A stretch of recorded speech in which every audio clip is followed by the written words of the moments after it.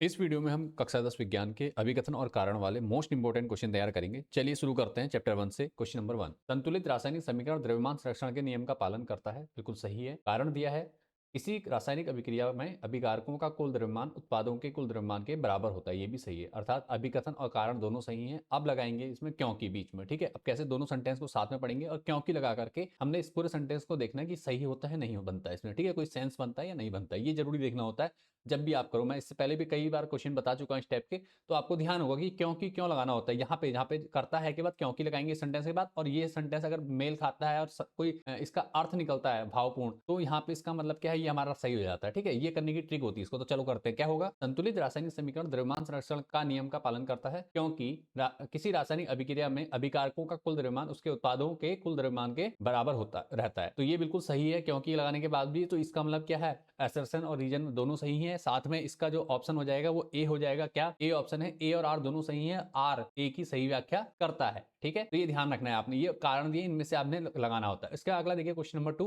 लोहे पे जंग लगना एक ऑक्सीकरण अभिक्रिया है। बिल्कुल सही है, लोहे पे जंग लगना क्या है, एक ऑक्सीकरण अभिक्रिया है। बिल्कुल सही है। और आगे दिया है, कारण दिया है, ऑक्सीकरण अभिक्रियाएं हमेशा उष्मा के रूप में ऊर्जा मुक्त करती, जो कि गलत है। ऑक्सीकरण में ऊर्जा निकलती लेकिन सब में नहीं, कुछ ऐसी अभिक्रियाएं भी होती है जिसमें क्या होता है, उष्मा नहीं निकलती है। तो ये यहाँ पे क्या, कारण गलत है। ठीक है, कारण गलत हो गया, तो इसका मतलब ए सही है, आर गलत है। तो ऑप्शन सी हमारा हो जाएगा। देखिए ए सही है लेकिन आर गलत है, ऑप्शन सी हो जाएगा। ठीक है, ध्यान रखना। ठीक है, ऑप्शन ए सही है, आर गलत है, इसका मतलब ऑप्शन सी। अगला देख क्वेश्चन नंबर 3, अपघटन अभिक्रियाओं के लिए ऊष्मा, प्रकाश और विद्युत की आवश्यकता होती है। ठीक है, अपघटन अभिक्रियाएं हमेशा क्या होती है, ऊष्मा शोषी होता ही है, क्योंकि इसमें ऊष्मा, प्रकाश और विद्युत की आवश्यकता होती है। इस वजह से क्या होती है, ऊष्मा शोषी होती है। तो दोनों अभिकथन और कारण दोनों यहाँ पे सही है। अब एक बार पढ़ते हैं, क्या कारण अभिकथन की पुष्टि कर रहा है, तो पढ़ लेते हैं कैसे करेंगे। बीच में क्योंकि लगाएंगे फिर से। अपघटन अभिक्रिया के लिए ऊष्मा, प्रकाश और विद्युत की आवश्यकता होती है क्योंकि अपघटन अभिक्रियाएं हमेशा ऊष्मा की होती हैं। तो ये बिल्कुल सही है, ऑप्शन ए हो जाएगा हमारा। ए क्या दिया है, देखो ये ऑप्शन ए, आर, ए और आर दोनों सही है और आर ए की सही व्याख्या करता है। तो क्वेश्चन नंबर 3 हुआ। क्वेश्चन नंबर 4 देखते हैं, द्विविस्थापन अभिक्रियाओं में हमेशा अवक्षेप बनता है। ठीक है, तो द्विविस्थापन अभिक्रियाओं में हमेशा अवक्षेप बनता है, जरूरी नहीं है, ऐसा नहीं है कि हर बार अवक्षेप बनेगा। तो अभिकथन है वो गलत है यहाँ पे। साथ में दूसरा कारण दिया है, अवक्षेप एक घुलनशील ठोस होता है जो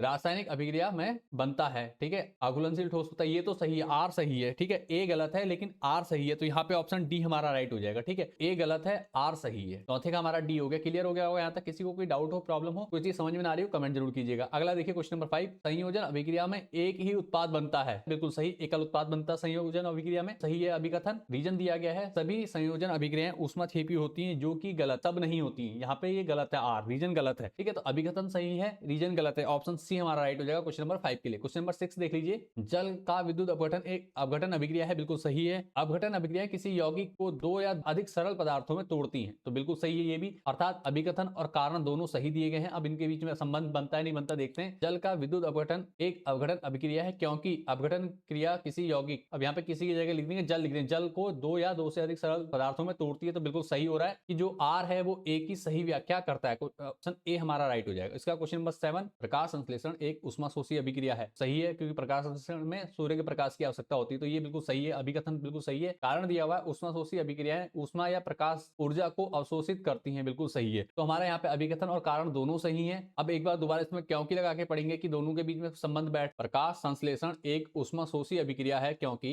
ऊष्माशोषी अभिक्रियाएं ऊष्मा या प्रकाश ऊर्जा को अवशोषित करती हैं। बिल्कुल सही है दोनों। तो क्वेश्चन नंबर 7 का जो ऑप्शन हो जाएगा, ऑप्शन ए और आर दोनों सही है, आर ए की पुष्टि करता है। ठीक है, ऑप्शन ए लगा देंगे, इसका हो जाएगा हमारा ए। इसके बाद अगला देखिए, ऑक्सीकरण और उपचयन हमेशा एक साथ होते हैं। बिल्कुल सही है, ऑक्सीकरण और उपचयन क्या होते हैं, एक साथ होते हैं। ऑक्सीकरण में कोई पदार्थ इलेक्ट्रॉन छोड़ता है जबकि उपचयन में कोई पदार्थ इलेक्ट्रॉन प्राप्त करता है। बिल्कुल सही है ये भी। क्वेश्चन नंबर 8 का दोनों अभिकथन और कारण यहाँ पे क्या है, दोनों सही दिए गए हैं। इनको दोनों को हमने पढ़ लिया, बिल्कुल सही है। अब क्या करना है, इनके बीच में फिर से क्योंकि लगाना है। क्योंकि लगा के हम क्या करेंगे, इसको देखेंगे कि संबंध बना। ऑक्सीकरण और अपचयन हमेशा एक साथ होते हैं क्योंकि ऑक्सीकरण में कोई पदार्थ इलेक्ट्रॉन छोड़ता है जबकि अपचयन में कोई पदार्थ इलेक्ट्रॉन प्राप्त करता है। तो यहाँ पे दोनों सही है, इसका मतलब ऑप्शन ए फिर से हमारा राइट हो जाएगा 7 की तरह। ऑप्शन ए हो जाएगा कि ए और आर दोनों सही हैं, आर ए की सही व्याख्या करता है। ऑप्शन ए हमारा राइट हो जाएगा। उसका क्वेश्चन नंबर 9 देख लीजिए, मैग्नीशियम रिबन चमकदार सफेद ज्वाला के साथ जलता है, बिल्कुल सही है। साथ में आगे दिया है, कारण दिया गया है मैग्नीशियम ऑक्सीजन के साथ अभिक्रिया कर मैग्नीशियम ऑक्साइड बनाता है, ये भी सही है। तो क्योंकि लगा के पढ़ेंगे, मैग्नीशियम रिबन चमकदार सफेद ज्वाला के साथ जलता है क्योंकि मैग्नीशियम ऑक्सीजन से अभिक्रिया कर मैग्नीशियम ऑक्साइड बनाता है, तो बिल्कुल सही है ये ऑप्शन ए हमारा क्वेश्चन नंबर 9 का हमारा क्या हो जाएगा, ए हो जाएगा कि ए और आर दोनों सही हैं, आर ए की सही व्याख्या करता है। ठीक है, तो ये हो गया हमारा। उसका नंबर 10 है, सोडियम सल्फेट और बेरियम क्लोराइड की अभिक्रिया में द्विविस्थापन अभिक्रिया होती है, बिल्कुल सही है। सोडियम आगे लिखा है बेरियम सल्फेट का एक अवक्षेप बनता है, बिल्कुल सही है। आर भी सही है, फिर से क्योंकि लगाना, तो हो जाएगा सोडियम सल्फेट और बेरियम क्लोराइड की अभिक्रिया में द्विविस्थापन अभिक्रिया होती है क्योंकि बेरियम सल्फेट का सफेद अवक्षेप बनता है जो उत्पाद के रूप में प्राप्त होता है, लेकिन कारण नहीं है अभिक्रिया का। द्विविस्थापन अभिक्रिया का कारण अवक्षेप प्राप्त होना नहीं है, ठीक है, ये ध्यान रखिएगा। ए सही है, आर सही है, लेकिन आर ए की सही व्याख्या नहीं करता, ऑप्शन बी हो जाएगा हमारा। क्या हो जाएगा, ऑप्शन बी हम लगाएंगे यहाँ पर। तो यहाँ पे हमने चैप्टर 1 के सभी इंपोर्टेंट क्वेश्चन यहाँ पे देख लिए, असर्शन, रीजन अर्थात अभिकथन और कारण वाले। इसके अलावा अगर कोई आपको डाउट है क्वेश्चन में किसी को लेकर के, तो कमेंट करके मुझसे पूछ सकते हैं। नेक्स्ट वीडियो किस टॉपिक पे चाहिए जल्दी से कमेंट कर दीजिए। बाकी आगे के चैप्टर्स की वीडियो भी आपको जल्दी चैनल पे मिलेगी, तो जल्दी से चैनल को सब्सक्राइब कर लीजिए, वीडियो को लाइक कर दीजिए और मिलते हैं नेक्स्ट वीडियो में। Thanks for watching this video. Board exam के लिए आपको ढेर सारी शुभकामनाएं।